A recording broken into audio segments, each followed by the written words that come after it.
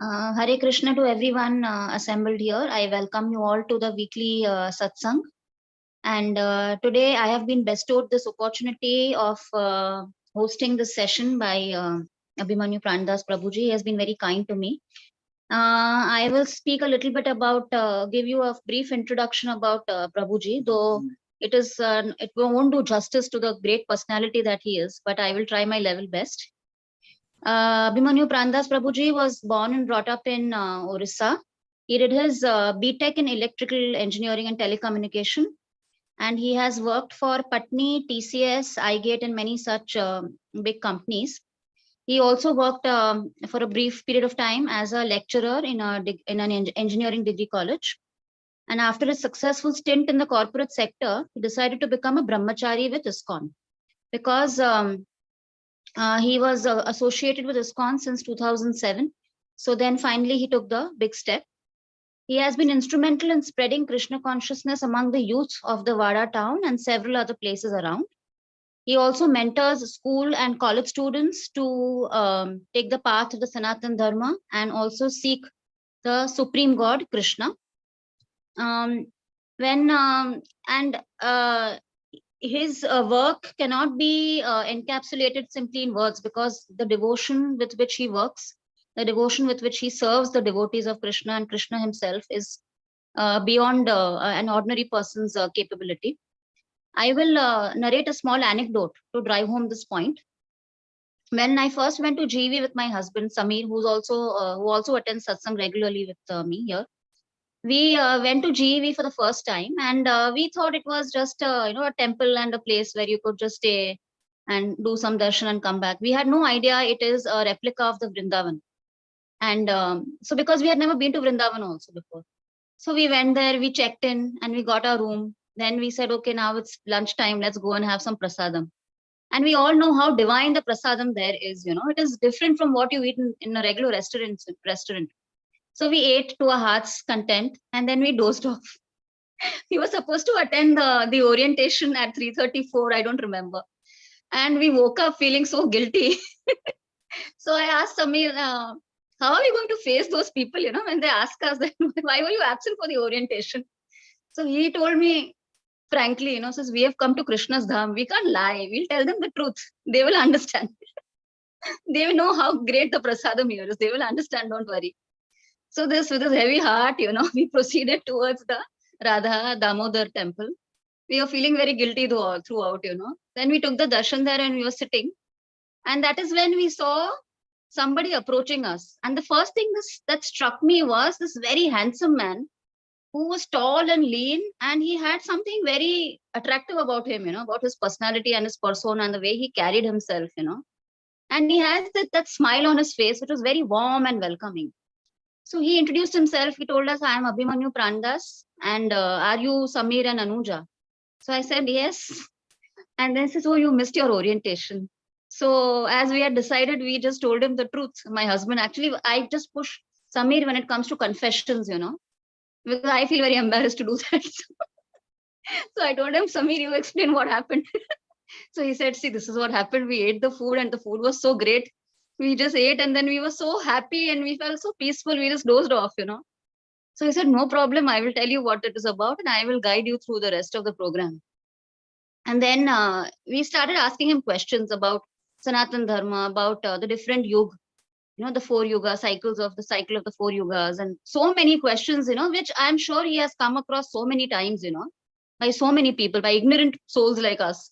But he patiently answered all of them, And the surprising thing was that he had a very valid and a very rational explanation for all those events, which, because now we are in different yuga, we are in Kali Yuga, so we sometimes can't relate to what happened to Satyug or Dwapar or Treta. But he had such a rational explanation that, that opened our eyes that this was always true and this will always hold true. Whatever our principles tell us, whatever Krishna tells us, there is really no timeline for which it is decided. It is eternal, and that is why it's called Sanatan, which never can go become outdated, can never go out of date. And then I understood, from him, I mean, at such a young age, who could give up such a lucrative career, who could give up all the material desires, to become a brahmachari and serve the society. He taught us so much. So I see a friend in him, I see a brother in him, I see a family member in him, and I see somebody who imbibes all the qualities that Krishna speaks about. And then when when I used to attend the weekly satsang, Gita satsang class, which was also conducted by another member of the ISKCON family. So that is where I learned the shloka tat vidhi pranipatena pariprashnena sevaya. Upadekshanti te jnanam jnani I forgot the shloka, sorry. Upadekshanti te jnanam jnani nastatva darshinaha. So you seek knowledge from a guru who is knowledgeable himself, who knows the principles of Sanatan Dharma, and that is how you move towards enlightenment. So we have been very truly blessed. Everybody here present here is truly blessed to have a guru like Abhimanyu Pran Prabhuji, who always guides us from darkness to light. And he has also been a mentor to my daughter also, who was facing some problems during her 10th CBSE exams, and she got a lot of encouragement from him. So today he is going to give us a talk on the recent event which happened yesterday in Delhi, I believe, where a Muslim boy stabbed a Hindu girl 34 times and killed her mercilessly, and then in the end he smashed her head. So these incidents seem isolated and they are happening in different parts of the country. They seem unrelated, but somewhere underlying is a movement which has begun, okay, to convert, to spread violence, to destroy our religion, our belief system. And this is a danger. This is an impending threat to all the devotees of the Sanatan Dharma, of the Krishna followers, and to a civilized society. So all of us need to wake up to this and take note of this, and understand why this is happening.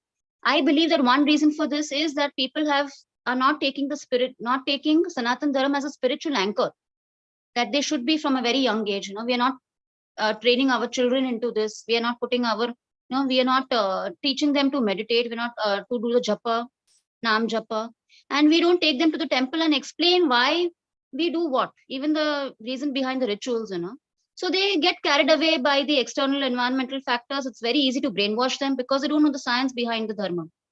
And the Sanatan Dharma is not a belief system. It is a way of life. It always was, it always will be. This has to be explained to our children. There is no other religion besides the Sanatan Dharma. The stature of a religion can only be given to Sanatan Dharma. We must know this.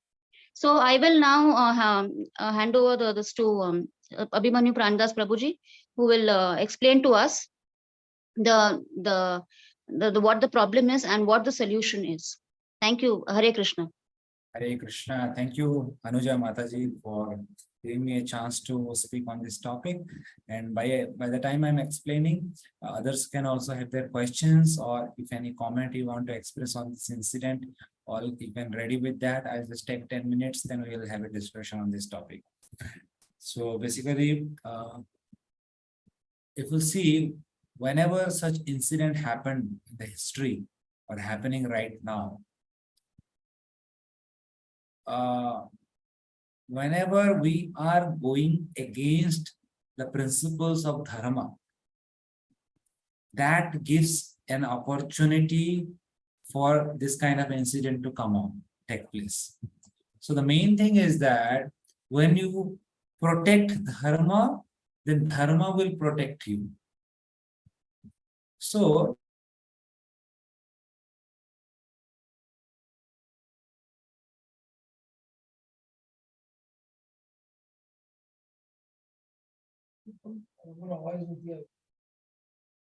Prabhuji, your video has frozen. Hare Krishna. Is it coming right now? Hare Krishna. Yes, yes.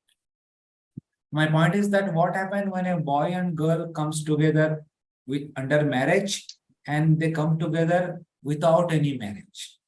So this is an important thing, because nowadays the children, they see Bollywood movie, they see Hollywood movie, and they get inspired, and they think that It's my life. I have the independence. I'll choose my partner. I have to live with him, right? So they take all the responsibility on their head. But actually, if in one sense, if you see, when a boy and girl coming together without any proper marriage ritual, actually nobody is taking the responsibility. Why? Because tomorrow, if there is a fight, which is obvious in this material world, right? Fight will definitely come because both are different. The both mindset is different. Intellectually, they are different. Nature is different. Swabhav is different. So there would be some misunderstanding. But problem what happens when you are on your own and you are not connected with your family and some misunderstanding happen and you fight and there is a disturbance happen, just like here in this case, there was some fight and they were not talking with each other. And the boy becomes so outrageous and so angry. And Krishna is telling him,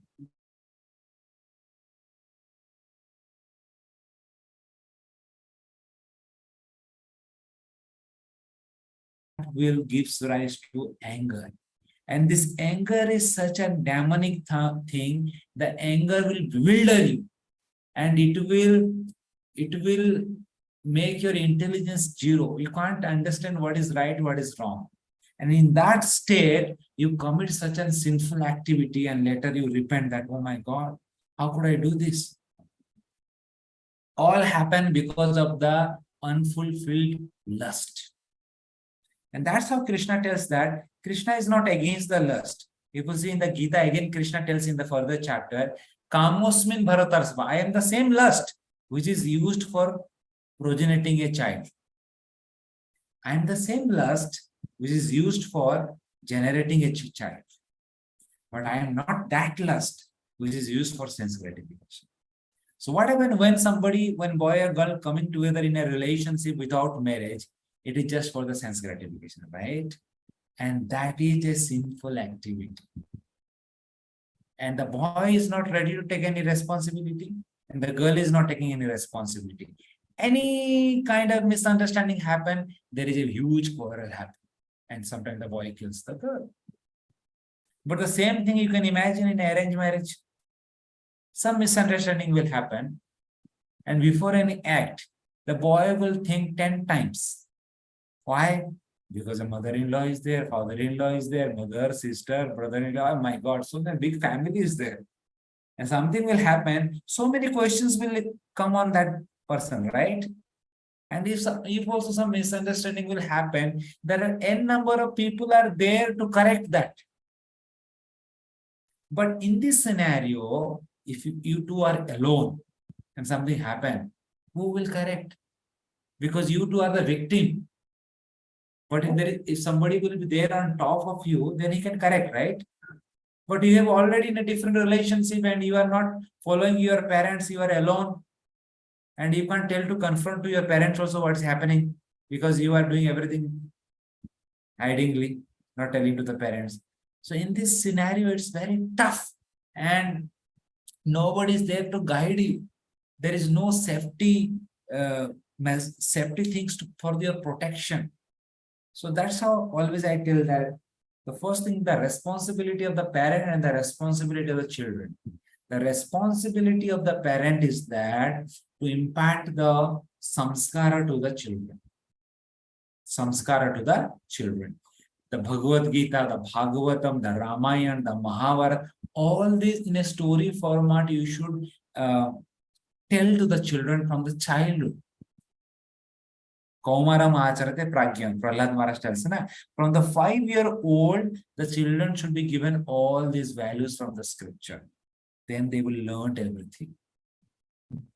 That is the foremost responsibility of a parent, not just to enroll the child in a convent school or English medium school and he will earn good package, money, become good job, get a good job. That is there, but not at compromising the samskara. The spiritual knowledge is the foundational knowledge that will help the children in his whole life.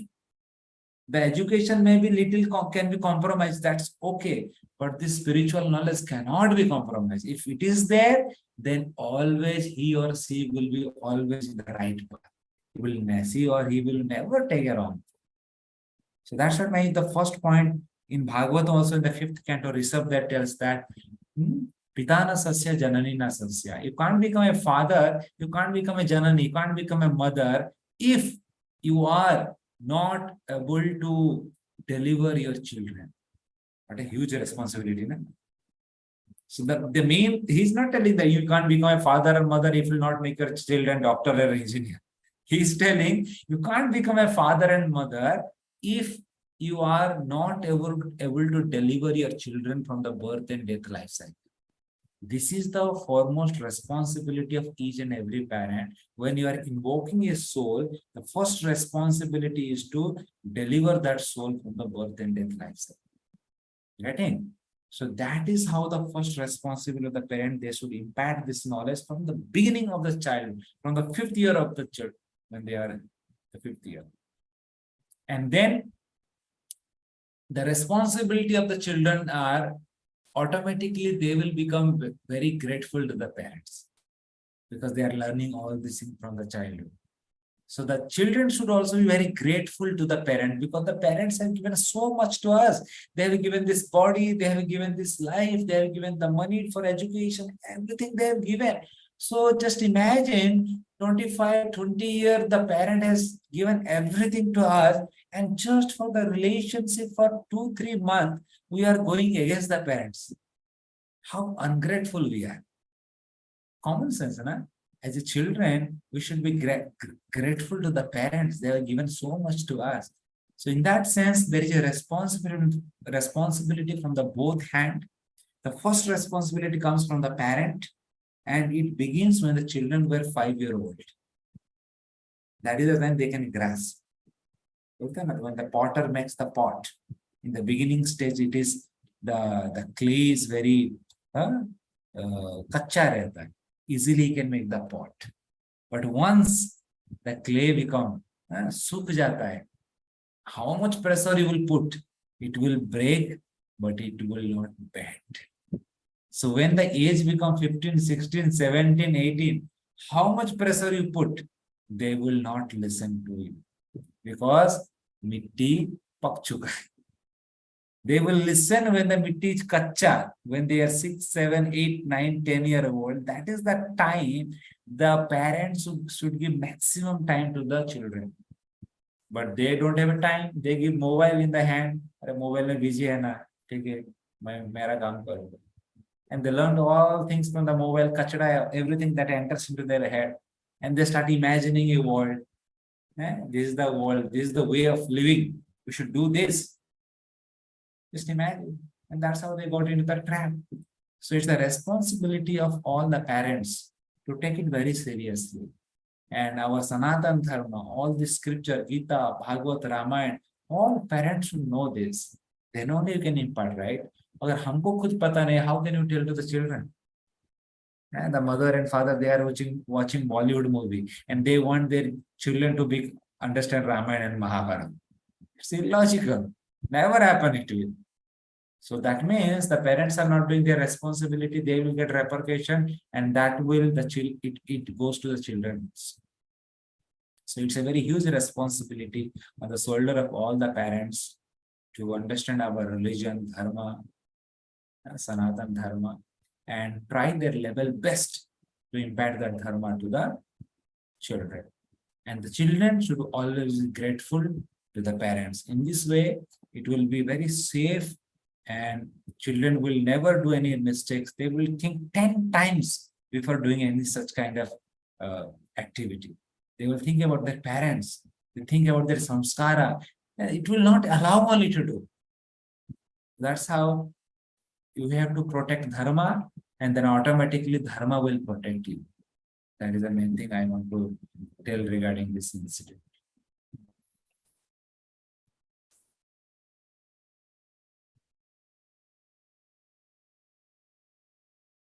Okay, if anybody have any other question, if you have any questions or any comment regarding on this incident, others can also unmute themselves and can say.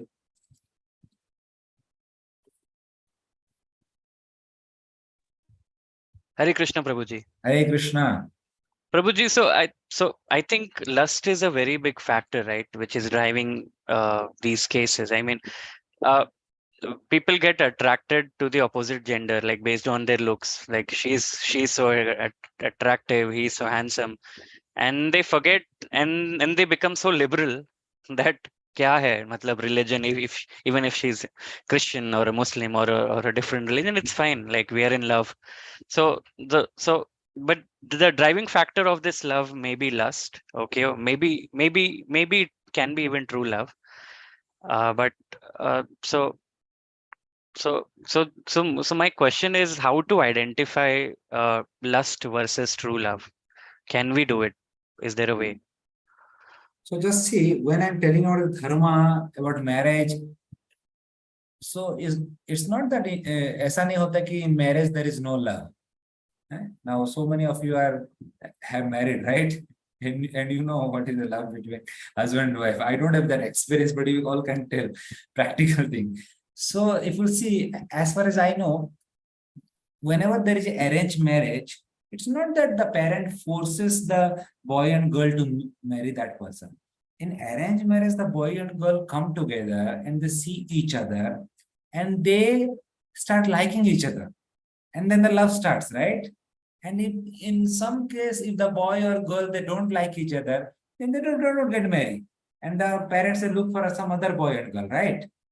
So there also love takes place, but the love takes place in a safety network.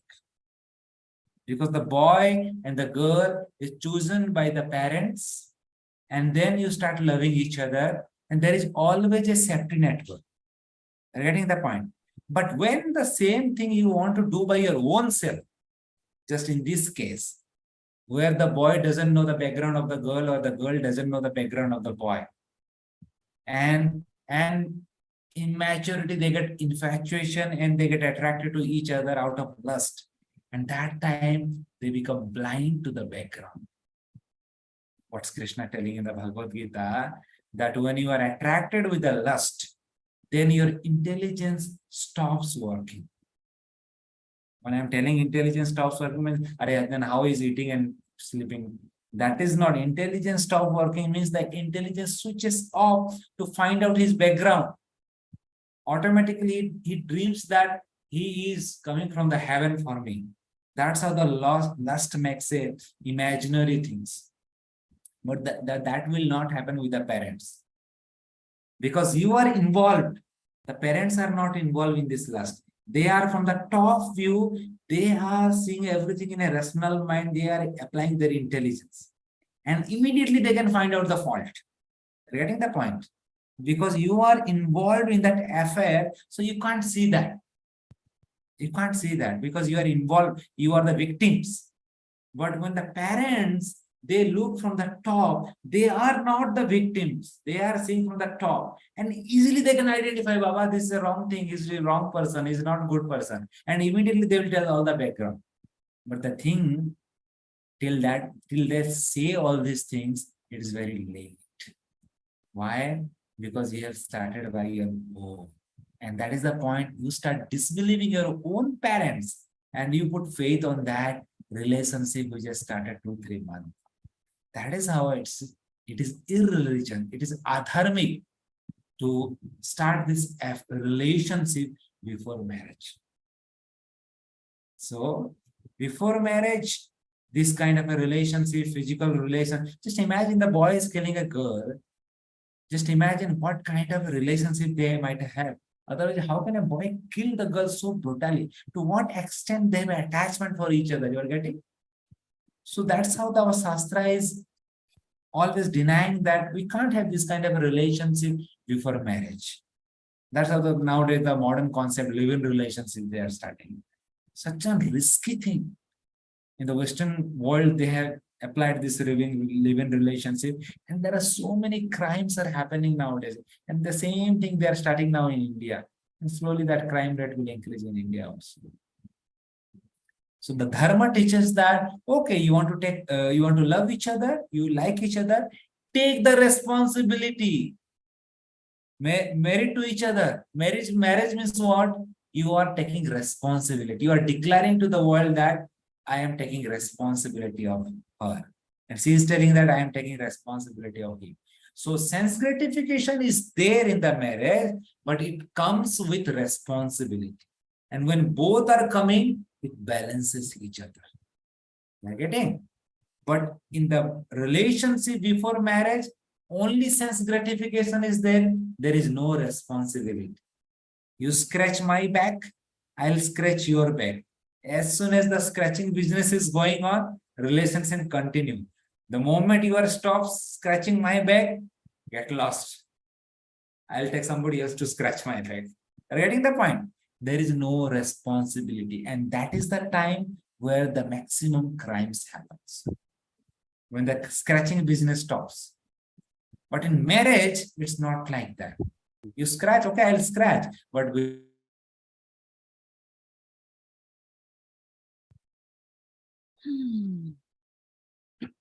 so job, so many dynamics are there. So automatically it makes the person humble to grounded. Getting?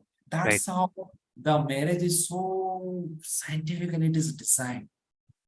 The moment you are trespassing dharma, the repercussion will come. Simple thing.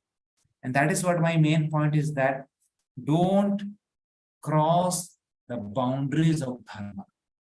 Try to learn our Sanatana Dharma, who we are, what is our dharma, and in that boundary of dharma, do everything.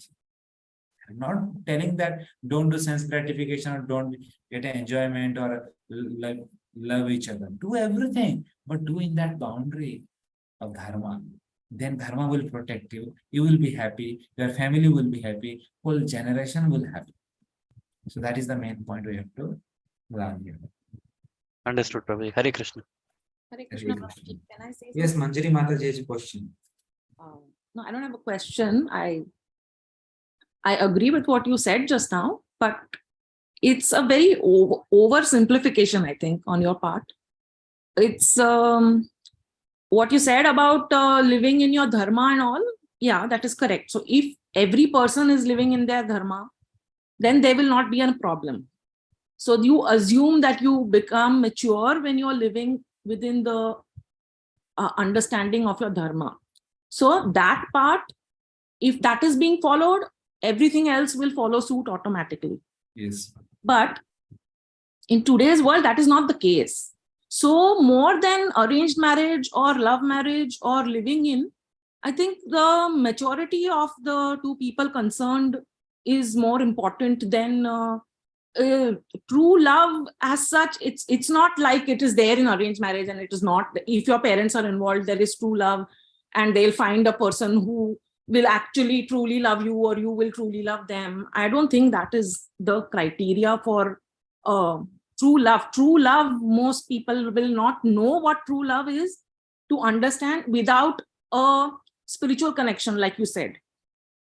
So majority of the people don't have a spiritual factor in their marriage. So there is no question of any true love or anything. It is then the marriage will depend upon, or any relationship we start will depend upon your maturity and how you are going to try to, or how much you want to go ahead and adjust with the other person. That will not depend on arranged marriage or whether you're living in or whether you have decided to marry. Because in arranged marriage, there are so many millions of cases where the parents go wrong and they do force their children to get married, and they also are not following dharma. They also don't really know what a relationship is. So from their point of view, they do what is best. It is not necessarily the best for the child, but it is not necessary. There are so many arranged marriages where you, like you said, they will not kill. There are so many cases where women get killed, be it for dowry, be it because you want another woman in your life, be it for property. So I think it depends more on your maturity level, and especially without any kind of spiritual or God ka factor in your relationship, no matter what it is, with your parents, with your friends, with your spouse, so it does not depend so much upon arranged and live-in or anything. It will depend upon your maturity There are so many arranged marriages which are equally horrific and Yeah, horrible yeah. in all Yes, Mataji. in all classes of society. Yeah, Not I got your just point. poor people and all, in very educated, very high level people, some of them treat their wives, or even some of the wives treats their husbands really, really badly. It's just that because they have money, you can cover it up or whatever it is. Yeah.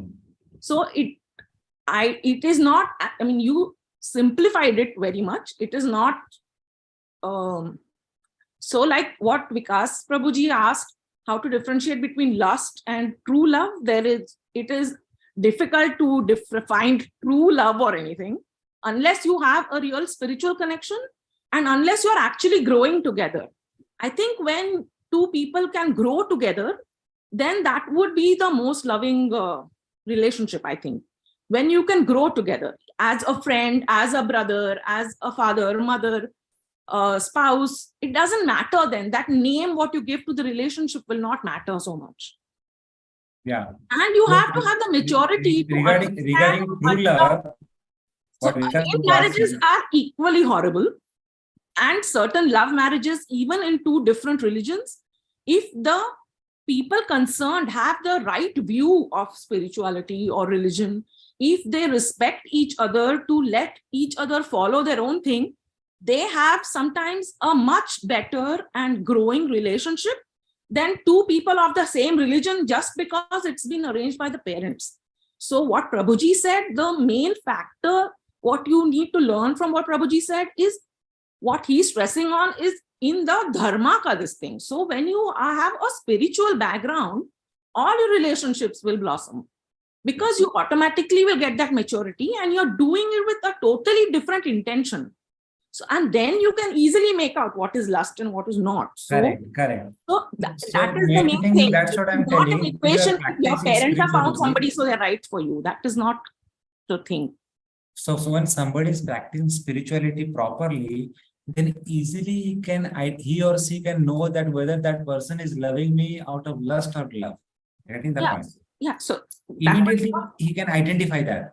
And as far as the lust and love, if you see properly as per the scripture,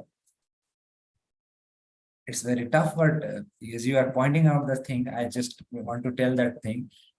Lust and love, if the definition come in Chaitanya Charitamrita, where the author writes that the love in true sense can only be possible in this material world between a living entity and God, and which is not possible between two living entities.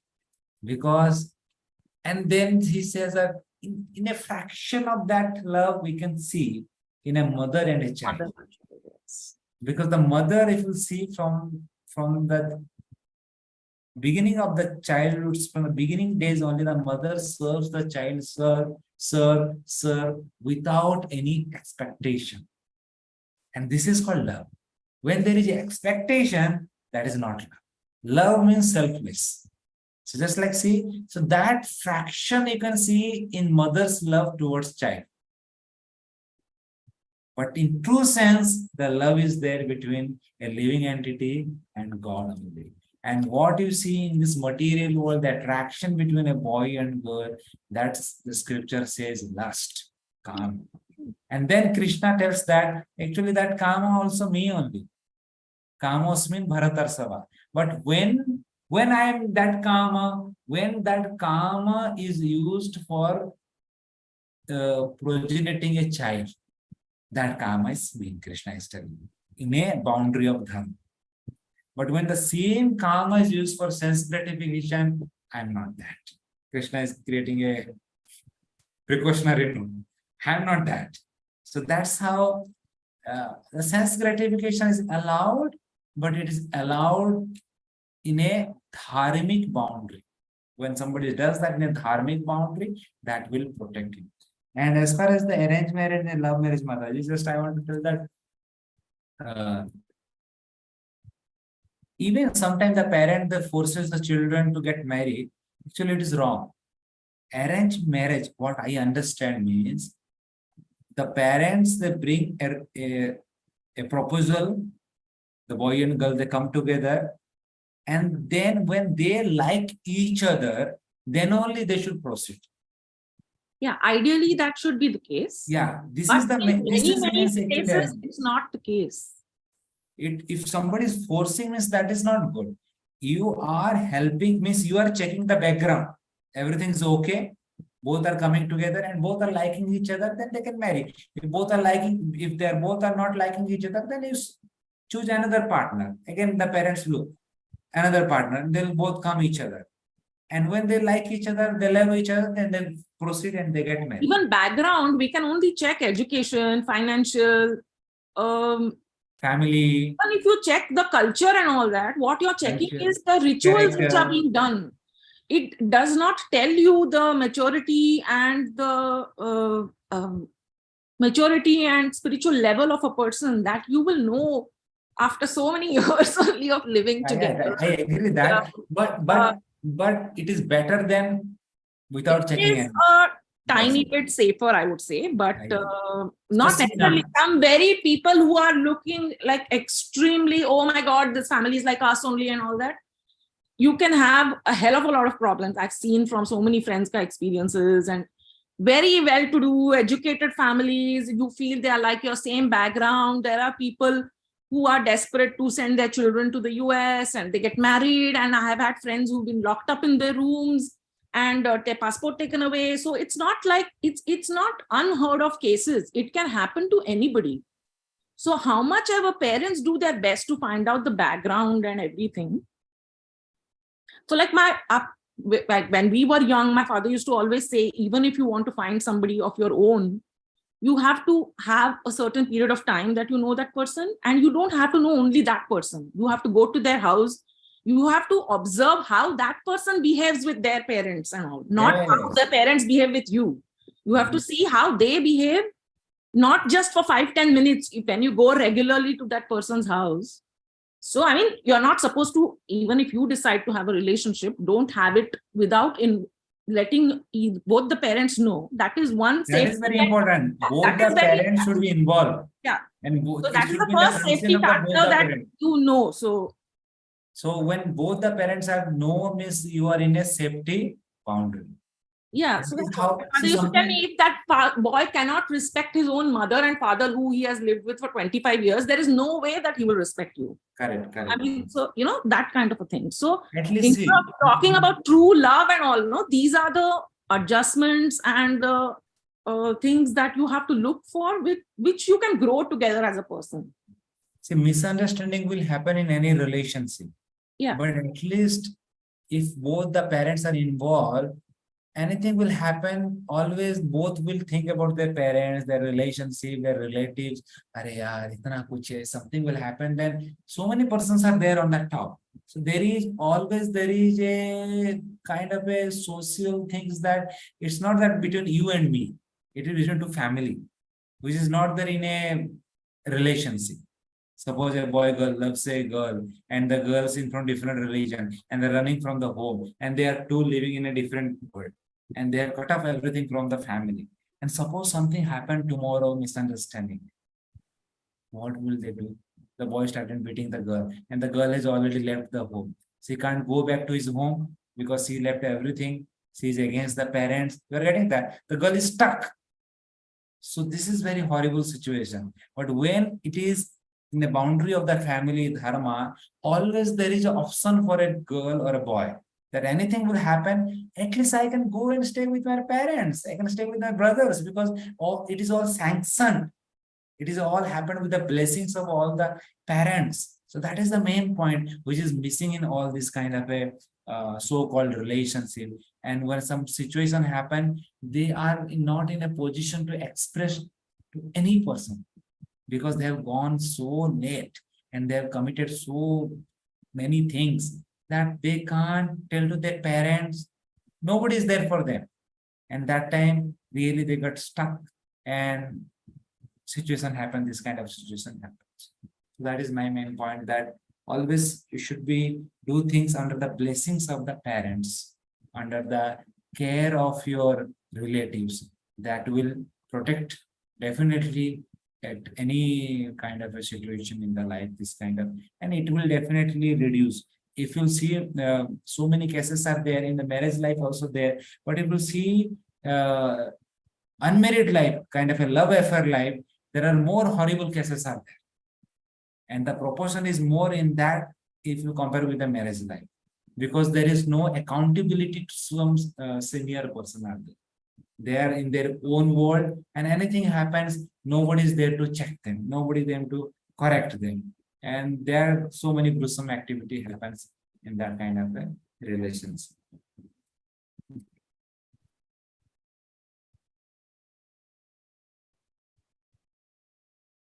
Okay, anybody have any comments or reflection?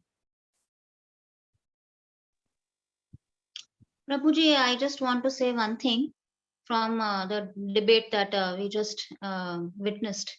That see, as Vikas Prabhuji asked, the difference between lust and love. I think if you have had a strong character building in your, by your parents, you can recognize that factor in others also, how strongly their character has been built. Okay, and generally people, who come with a spiritual background, they generally tend to understand this, that this person, what kind of, what is his demand and expectations from me?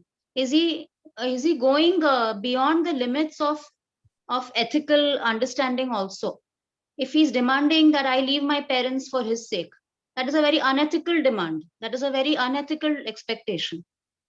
Immediately, then you have to sever such relationships then and there, And love does not demand all that. Love will be that we, of course, every relationship asks for sacrifices, not marriage alone. Even if you're living with your siblings, you do sacrifice for them also. There have Yes. been cases, right, where your siblings will enjoy, more, sometimes, more materially, but it's okay, you give up for them. So every relationship demands sacrifices, but is it a circumstantial sacrifice, or is it that the partner is, demanding that at the cost of something you make a sacrifice alone? And I think today the discussion that we are having was this extreme action that today's youth is taking, especially the non-Sanatani dharma people, where they straight away resort to murders. And how brutally, so if they can inflict so much pain on their so-called lovers, so-called beloveds, then something is wrong in the way they have been brought up. And if you have grown up reading Gita, if you have grown up watching Ramayana, Mahabharata, and contemplating, on these characters, you will never resort to something so extreme. See, because Krishna himself tells that if you want, if the purpose of the of inflicting, of killing someone is to establish dharma, you go ahead and do it. If you have to kill, even if you have to kill your own kids and kin, if they are adharmis, you kill them. But if you are not on the path of dharma, then you refrain from this, and this will bring about some kind of repercussions which will make you suffer for several lives. So when you start fearing the repercussions of an unethical act, you will never indulge in it. So every action, if you think and then do, like even a small ant, if it's not coming in your way, you pick it up and you put it aside, something as gentle, action like this also. So, we will think twice that under our feet, even a mute insect should not get crushed. Because why are we thinking like this? Because from our childhood, we have a certain sanskaras, as Prabhuji put it, if you're putting that in your children. And naturally, we will not be attracted to people who resort to violence at the slightest of the provocation, Something that there comes a shield around you, which will just protect you from these things, I have personally seen this. I have believed in this all my life, and I've seen this, that people don't forget their paths of ethical standards, of principles, when they stick to them under all circumstances, and they can recognize that in others also. The moment you see someone, whether you should go ahead with it or not. Yes. So that's how the big responsibility comes on the shoulder of the parents. So we can't give escape that I am busy with my job and we don't have time to teach our children. So this is not an excuse, because the first responsibility of the parents is that when you are bringing a sibling to this world, the first responsibility of the father and mother is that to impart the spiritual knowledge to the sibling. Because when the children will get the spiritual knowledge, they will free from this material world. And if you are not doing that, means you are not fulfilling the main responsibility of your parents. Material education, job, this all comes the secondary responsibility. First responsibility is the spiritual knowledge, which is lacking nowadays in the world. If you see, nobody is doing that, and by default they see Bollywood movie, Hollywood movie, they get influenced by all this, and they think it's a way of life, it's normal, and that's how all this incident takes place. So as the time will progress, this will increase.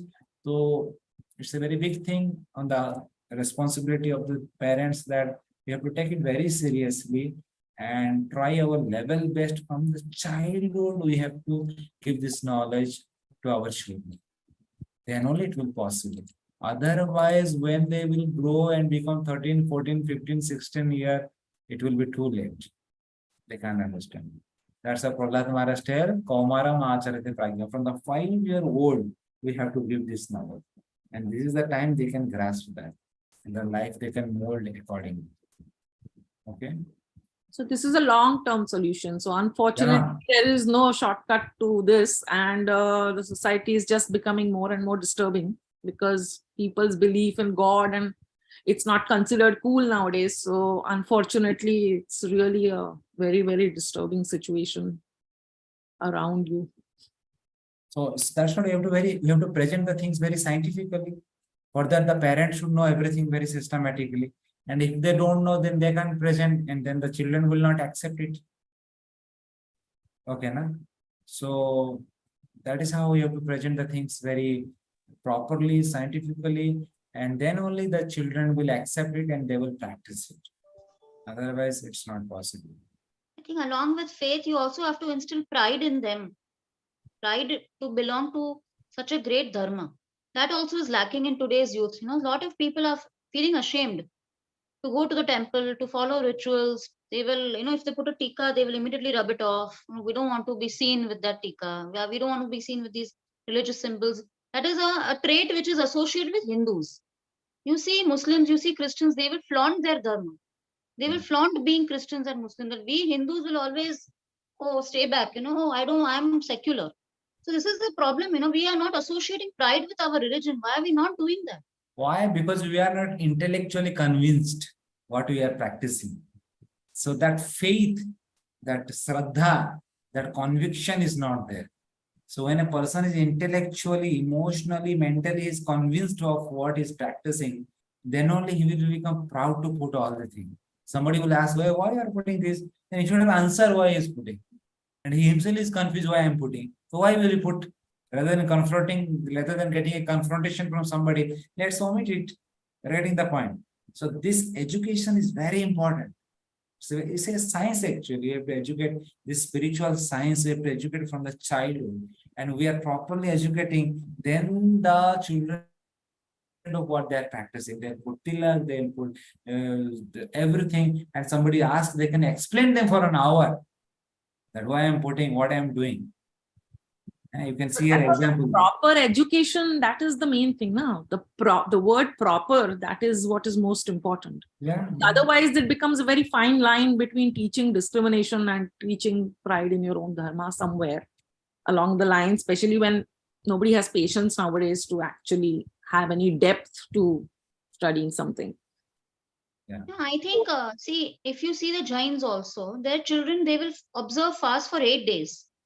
Okay, they will go to their Jain temples wearing a dhoti, no matter how funny that garment looks, they will do it. But then if somebody is not Jain in a school, my child has also experienced a discrimination saying that, oh, are you Jain? That was the first question asked to her when she joined a school when we were out of India. But there were majority of Jain kids. I had never taught her ki, when I had told her that you tell I'm a good human being when somebody asks you, who you are. That is not a first question to be expected when you're going to school. What are you? I mean, it was very disturbing for her. But so it is that is why I'm saying there is a fine line between teaching discrimination and actually teaching pride. So the word proper knowledge is the very important thing, which it's very difficult. Very few people will focus on it. So it's just like, if everybody is trying to just say, oh, we are doing this because of this, and our religion is this. And so in today's world, I think more than the religion part, it is disturbing that the value system is only collapsed now. So it is like, sometimes people from different religions who have the same values, you can gel with better. It's not always that every Hindu person has the correct value system, right?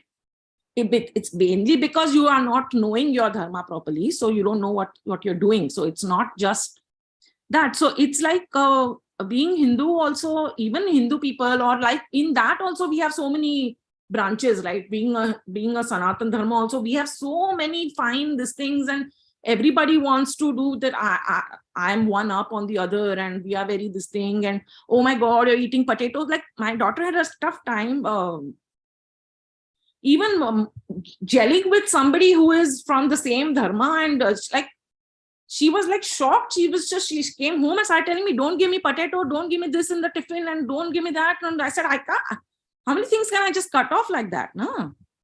So then I had to go and speak to the teacher. I mean, it's not.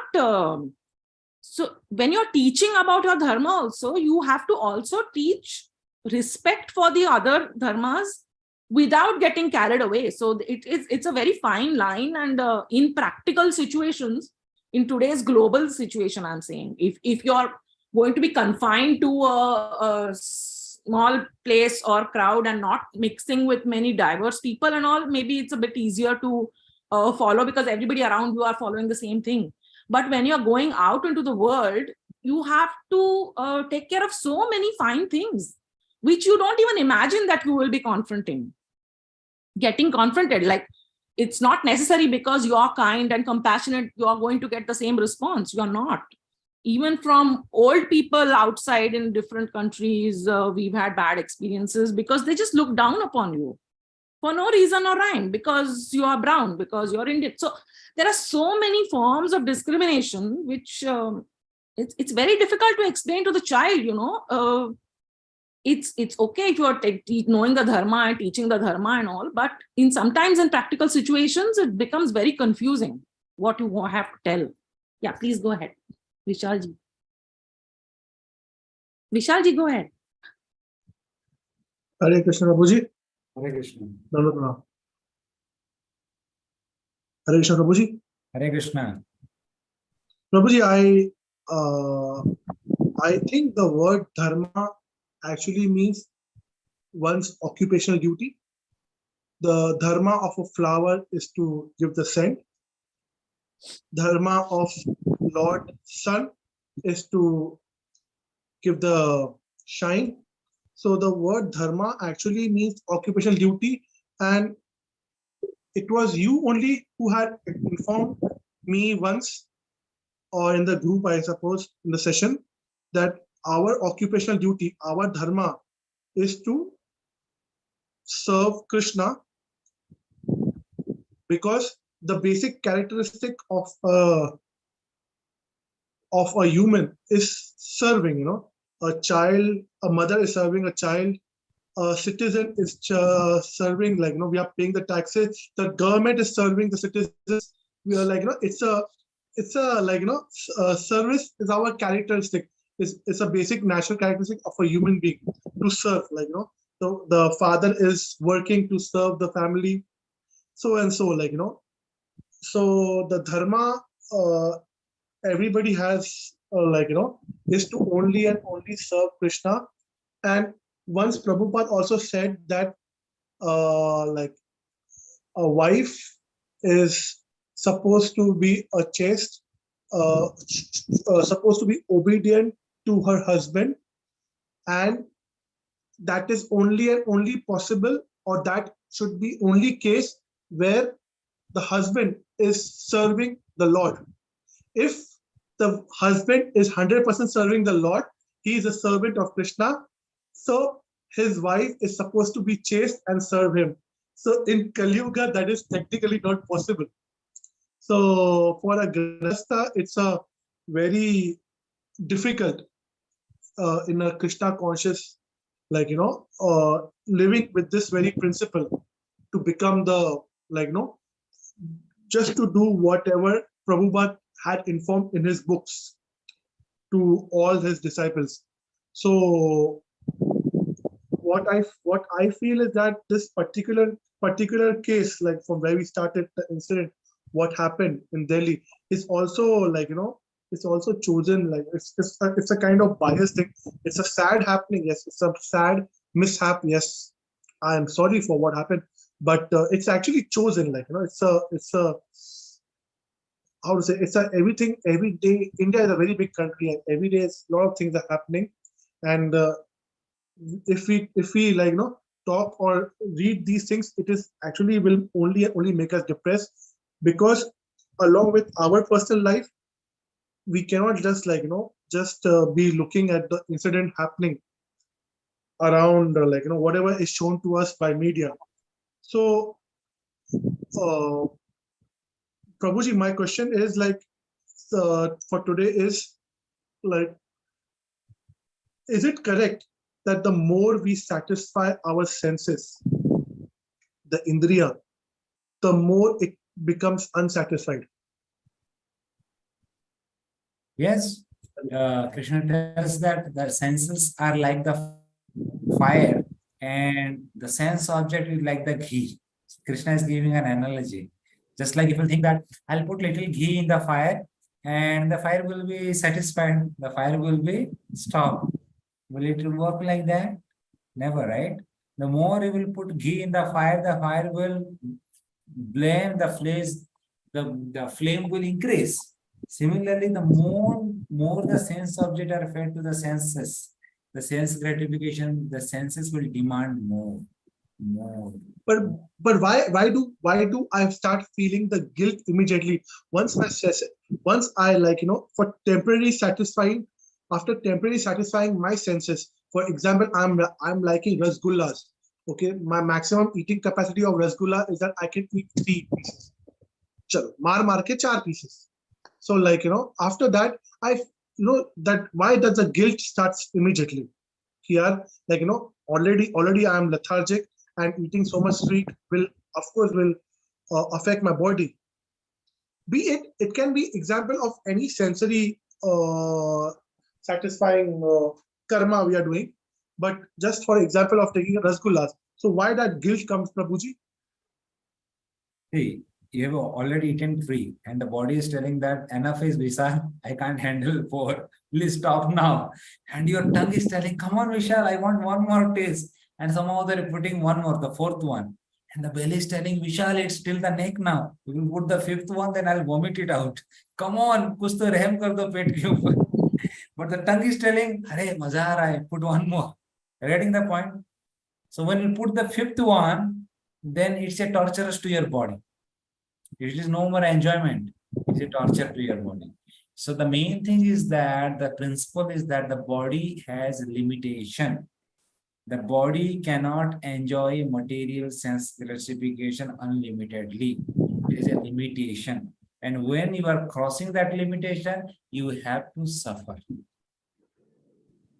But So, the same Prabhuji, thing in the spiritual sense gratification, there is no limitation. Krishna is arranged in such a way that, Arey fool, don't focus on the material sense gratification, shift your angle, come to the spiritual sense gratification. And there is no limitation. You can eat 4, 5, 6, 7 rasgulla also. You eat as much as you can eat. There is no limitation in hearing Krishna Katha. There is no limitation in speaking Krishna Katha. There is no limitation in chanting Krishna, and everything you can do unlimited. And the heart will become happy, and it become happiest person. Prabhuji, that then technically the sense, how to say, our bodily sense gratification cannot be like compared to the spiritual, it cannot be satisfied by spiritually, because it's like we are ourselves is a soul, being soul. So for that we have that spiritual, we have to be on that very platform to be unlimited, can get unlimited feed of that spiritual knowledge. So, Prabhuji, my question also is that when I'm talking about guilt, why is that guilt not one time? Like, why does that feeling, or why does that urge comes again? That guilt at that very moment is very bad. But once after a certain period of time, again that uh, how to say that urge is there. Uh, So that is what Krishna explained material sense gratification, Prabhu. Just see, I'll tell an example. When I used to study in my college days, we used to go for watching Bollywood movies in the theaters. So every time I remember, whenever I used to go for any movie to watch, and as soon as the movie finishes, and when you used to come out of the theater, it's like you are coming out from an imaginary world. For 3 hours, you are in a different world, virtual world, and you are coming to the real world.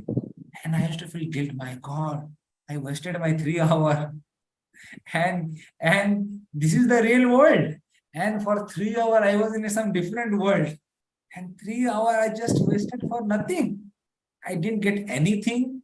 I wasted 3 hours, and I used to feel so much guilt that actually I was in an imaginary world thinking something else, but that was not the reality. The reality is this: I have to face this world. Tomorrow is my semester. I have to face that. And then I used to do each time I have observed whenever I went for a movie for after 3-4 hours, when I used to come out from the theater, I used to feel always guilty that why I wasted my 4 hours, 3 hours. And then one day I stopped going to all the movie theater because I thought that it's a wastage of time only. It just takes you to a virtual world which is not reality. And after that, again, he bumps into the reality world.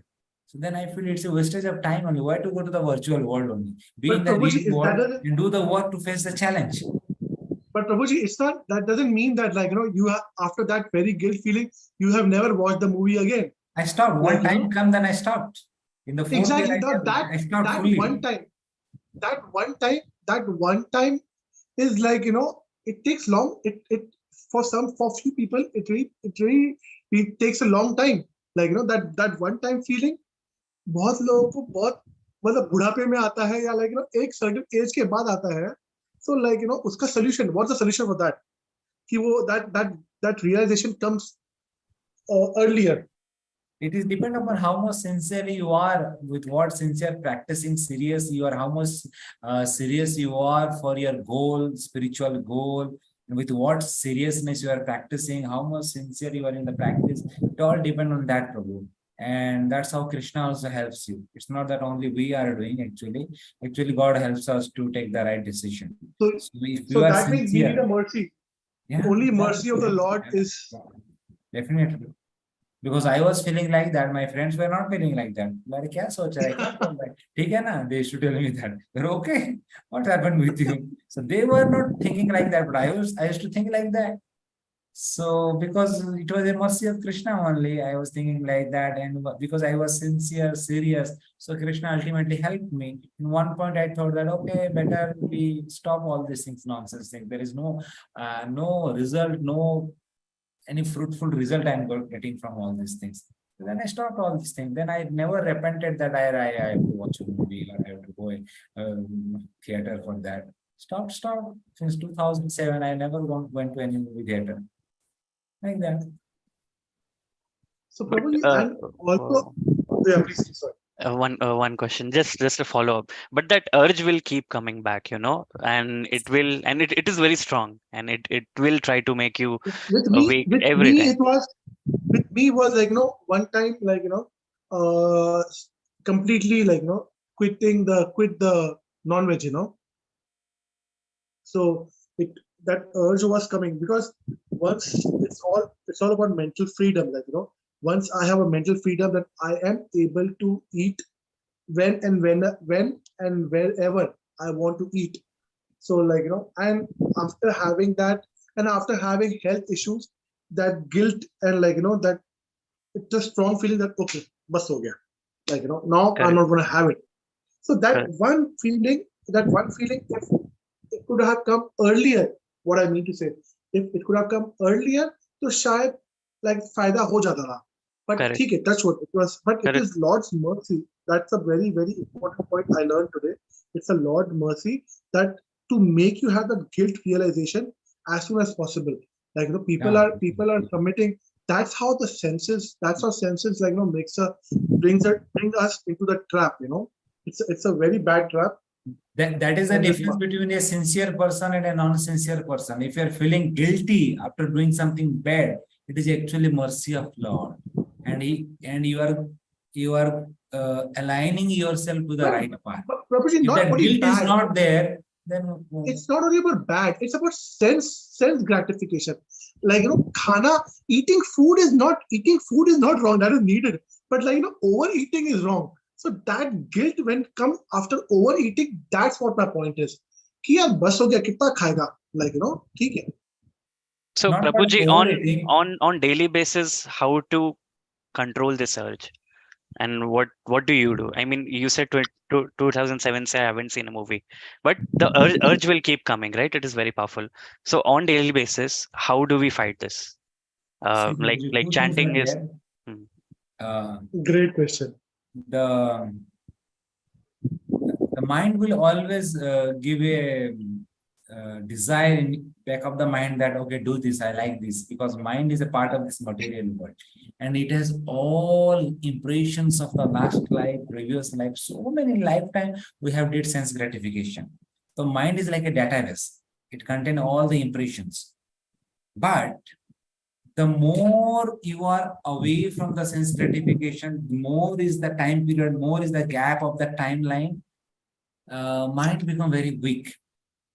But if you think that, okay, mind itna bol raha hai, thoda de dete hai na, and the moment you start feeding the mind, again you are empowering the mind, and immediately the mind becomes stronger and stronger, and mind will demand more. The solution is not that satisfied mind by giving the sense object. Solution is that engage the mind in some positive activity. Suppose one is a negative activity, one is a positive activity. Okay.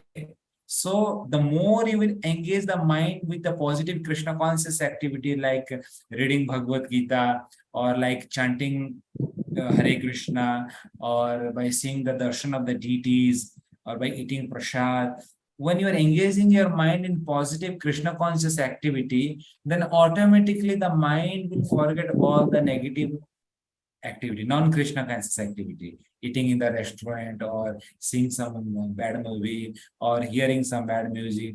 All that thing the mind will forget only, because you are giving a higher test. Param društva nivartante. So that we are discussing in the chapter 2, right? Param društva nivartante means you are engaging the mind in a higher test. This Krishna conscious activity will bring you to the platform of the soul, and that is actually a higher test. So when you are engaging yourself in the higher test, then automatically the mind forgets the lower test. Last, all these things, these are the lower test. The mind will not get attracted to that. So rather than focusing on the negative things, my suggestion is that focus on the positive things. Then automatically the negative thing will not bother you. Rather than thinking how to avoid the negative thing, what to do, what ye karunga, wo karunga. Arey Baba, forget about that. Focus on the positive thing. You will not get time to think about negativity only. That is how Krishna consciousness is very boon for us. That so many things are there in Krishna consciousness. Whatever you want, like if you want to, rather than singing a Bollywood movie, you can sing bhajans of Krishna. Krishna is giving you that talent. You can sing such a nice bhajans of the Krishna. So whatever skill we have, we can engage that in Krishna conscious way. By that, we will get a higher test, and that will protect us. Again, going to the lower test. Okay. I think Prabhuji, that's why Krishna gives us so many lives, 84 lakh Choriasi lakh fera, because it is a very long-term process. It maybe for people like us who are so deep into material, this, all these, muck. So for us, it takes it more than one life to get out. At least we have started. You see the positive. At least we have started. We have realized that this has to be given up and that has to be taken up. So many people are still living in that, under that darkness. They don't even know that you have to get out, you have to get moksha. Imagine People don't know the concept of moksha. At least we know that. And we have Prabhuji, started and one the more. path of moksha. Maybe 2, 3, 10 lives later, we will be there. So we should just Prabhuji, continue. one more. But doing Mataji, don't One think more about scary thing, 2, Prabhuji. 3, 10 lives. So this is the trap of again mind. Mind will just take your time. You'll do little bit this life, and then you'll continue the next life. So what is the guarantee that next life will become a human? So why you are taking such a huge risk? So try to do only in this life only. You're telling. Prabhupada should tell so many times that make your life perfect in this same life. Don't know what will happen in the next life. So this human, that's how the human life is very rare. And in that rare life, you got a chance to understand about the Sanatan Dharma, understand about Gita, and knowing the truth about the life. How many people knows that? Very few knows that. And after knowing, how many people practice that? Again, very rare. So it's very rare. So don't miss this chance. Try your level best. So if you try your level best, what is the loss? There is no loss only, na? Gain is only there.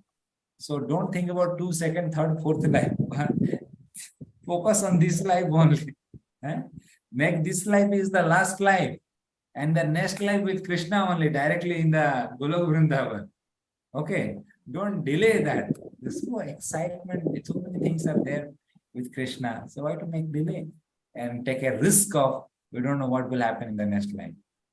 So try your level best. Okay. Yes, Vishalji. Prabhuji, just one more thing, like the stages of Satyug, Treta Yug, Dwapar Yug, and Kali Yug. The currently it is going is 27th one, right? Currently, the Kali Yuga is going on. 5,000 years has already passed. No, Prabhuji. I'm saying the cycle, the stages. Cycle, Like, yeah. you know, it Satya is, Yuga, Treta Yuga, Dwapar Yuga, Kali Yuga. Then after Kali Yuga, so again Satya this Yuga. Narsimha, Lord Narsimha came in the Satya Yuga. fourth. No. I'm saying that this after Kali Yuga, Satyug again comes, right? So this very cycle, the currently is going 27th cycle, right? Yeah, 27 cycle. Yeah, Kali and Yuga. and the Narsimha, it was in the fourth cycle of in the fourth one, right? Of Satyuga. Prabhuji, in one day of Brahma, there are 14 Manvantara. In one Manvantara, there are 71 Yuga cycle. Okay. In one Manvantara, there are 71 Yuga cycle. And right now, that 27 Yuga cycle is going on in Brahma's day. In that 27 Yuga cycle, the Kali Yuga is going on. You getting? Yuga cycle means all these 4 Yuga, Satya, Treta, Dwapar, Kali. Yes. Like So this is a 27 cycle. yeah. And this activity of Prahlad Maharaj happened in which cycle? This only Satya Yuga it happened. In the 27th one, which is going on. 27 Satya Yuga. So Okay. in every cycle and every Satyug, the same people come and Kalyug, same Treta, same Dwapar, same things happen in every Lord cycle. generally comes the same avatar, but the living entity changes. Because living entity they get delivered, right? Why Lord is coming? He's getting bored in spiritual world, that's why he's coming to the material world. He is coming, why? Because we have forgotten him. And we are suffering in this material world. So Lord is coming with so many incarnation to attract our consciousness. It's like a small trailer is showing. If you want to see the whole movie, come to the theater. Theater is spiritual world. Golok Vrindavan. So he is coming here for 100 years of Leela. And when you get attracted, my God, what a nice Leela Krishna is doing in Vrindavan, come on. And then if you want to participate in that Leela, then Krishna has gone to Vrindavan, Golok Vrindavan, spiritual world. Then you have to go there. Getting the point? So Krishna is taking so many avatars, Lakshmi, and Narsinga, Varaha, Kurma, Matsya, Ram, Vishnu, so many of avatars just to attract the consciousness of the living entity, so that the living entity will again join him in his own world. That is Golok Vrindavan. That is the only goal. And Krishna, that's why Krishna is coming. And when you get attracted, then you go back to Godhead. Then you are gone. But there are so many living entities are there who are against the God. Like that. So it's a rectification jail, material world. Just like the person goes to the jail and the jailer rectify that person. As soon as he get rectified, then the person comes out of the jail, right? He doesn't stay in the jail. The moment you become devotee and you practices everything, then Krishna takes you to the Golok Vrindavan. Right. Okay. Rohit, Anything what is else? Nirjal Ekadashi? So we'll ask now, V. Krishna Priya and Vishnu Priya. They are like two live example in front of us. They are also maybe around 13, 15 years, right? Two girls. Just see how nicely they could practice Sanatan Dharma. And they are so happy. They are missing any sense gratification or material one. They are so happy, just see. So we'll ask the question to them that how could they practice this Sanatan Dharma so nicely? And they are so nicely, and just see how their Tila, Kantimala they are wearing such an exemplary way. And they are so proud of practicing Sanatan Dharma. So how could they practice? Nowadays, if you tell to any girl, it's very tough to make them practice. But they are so nicely practicing. So they will tell a lie how they started practicing in their life, what make them practice. So this would be like a live example in front of us. And with this thing, we will conclude today's session. Yes, Hare Krishna. Hare Krishna Prabhuji, Dhammat Pranam. This is just this is the duty of the parents to give Krishna consciousness or dharma to their children. If the parents tell children to follow dharma, and first of all, the parents have to know dharma. Nowadays, the parents are not at all knowing dharma, and they are not at all teaching dharma to their children. Here in our surroundings, if we ask children, do you know Ramayana? Do you know Mahabharata? They say, no, they don't know anything about Ramayana. They don't know anything about Lord Rama. They don't know anything of Mahabharata. Just they don't know anything. They go to school, but they don't know dharma. And they say, and the parents come to us and say that, please tell to my child that the children have to hear the words of their parents. Then how will they hear? They are not, parents are not teaching dharma to them. And then they want their children to be very good, and they have to be very nice. How can it be? How can it happen like that? It should be parents. Parents have to teach dharma. If parents teach dharma from childhood, then everyone will follow, and they should not. They are showing nowadays. They are fully materially. They encourage materially. They go there, here, and they are fully encouraged in material things. They are not telling about dharma, and they are not at all encouraging in anything, any dharmic activities.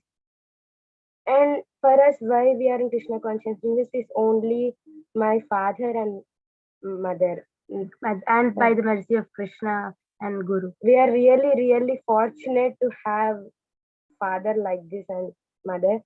They are really encouraging.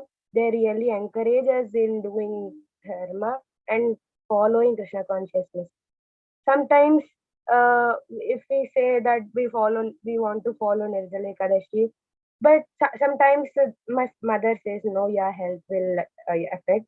But my father encourages, okay, do how much time you can do, you do. So like that, with their encouragement only we can do that, we can follow dharma.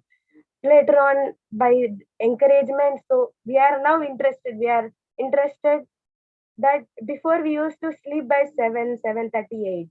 But nowadays, what happened? By the encouragement, we got interested, and we are hearing classes. Now nowadays, we are sleeping at 9:30, 10, and sometimes 10:30 like that. We are not thinking that we are interested, we are hearing classes. We don't know what time we are sleeping. It's happening like that. But it's from childhood, if we follow, it will be easy for us, and we have to follow from childhood, as Prahlad Maharaj says, Kaumaram Acharya Prajna. That is from childhood, Prabhuji, that's it. Yeah. So this is an answer from a girl who is practicing What inspires them, they are telling in their own words.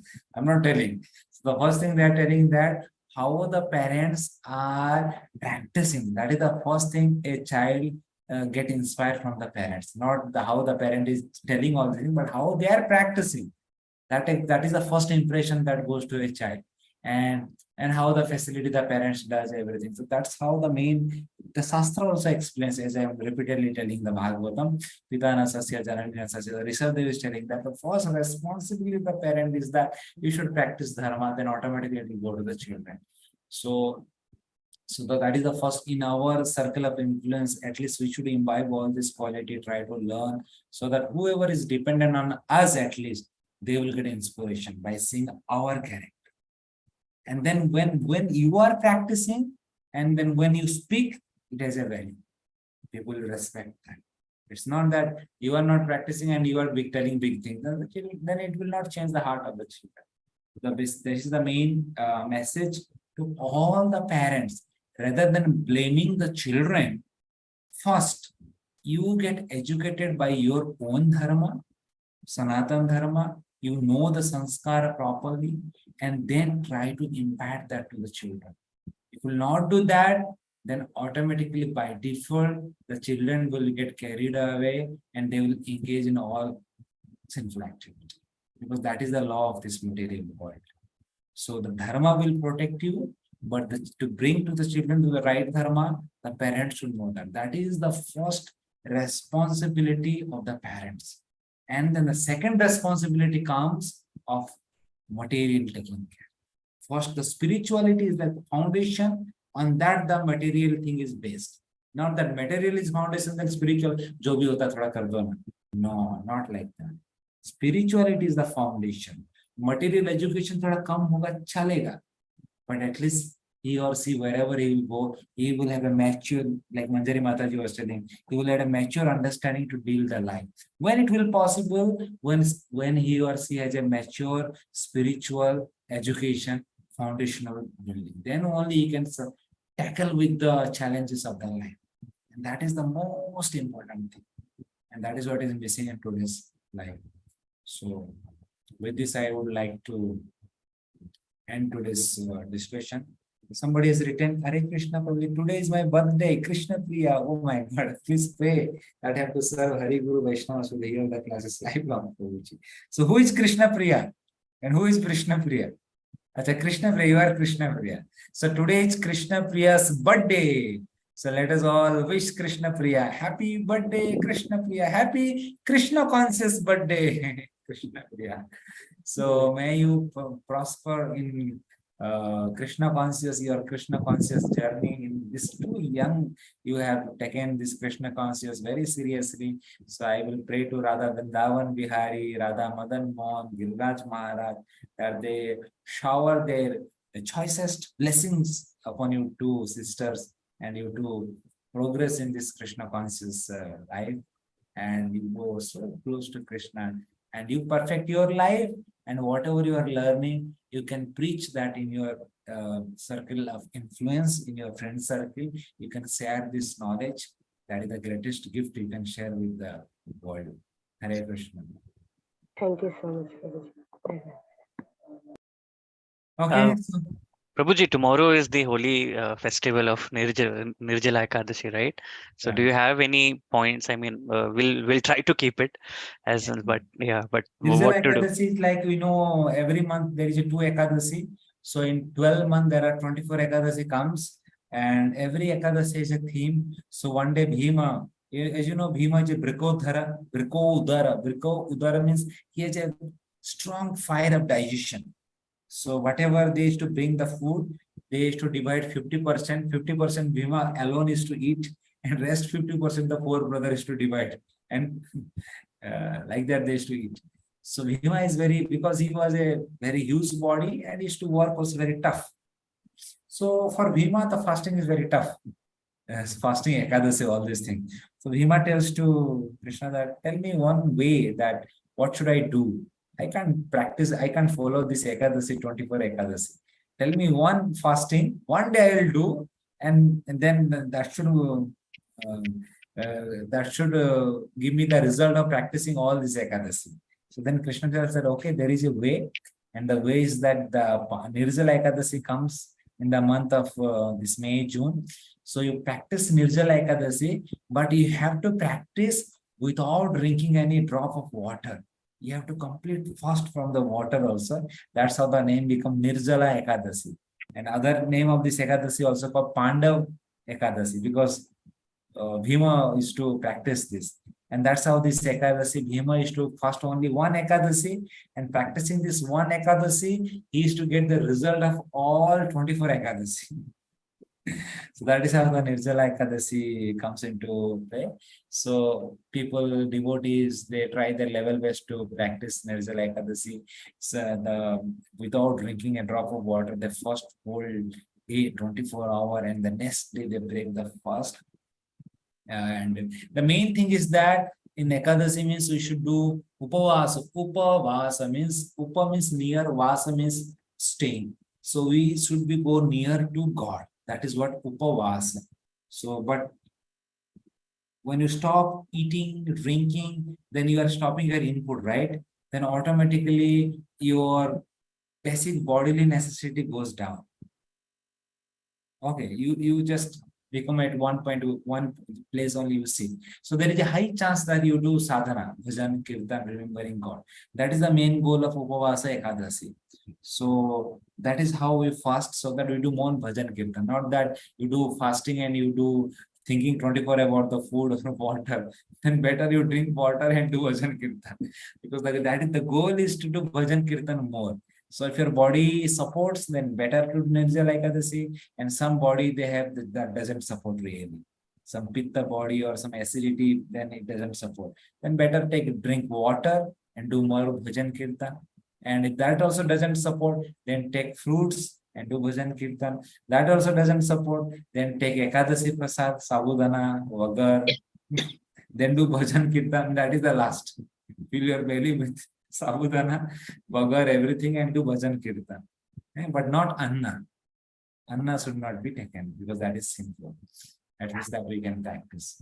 So main Prabhuji, thing is is that there- more bhajan kirtan. Is there anything like fasting till evening or 24 Fasting hours? is Ekadasi means you break fast in the next day morning. There is a Next day. parana time. There is a fast breaking time is there. Every Ekadasi is a time when to break.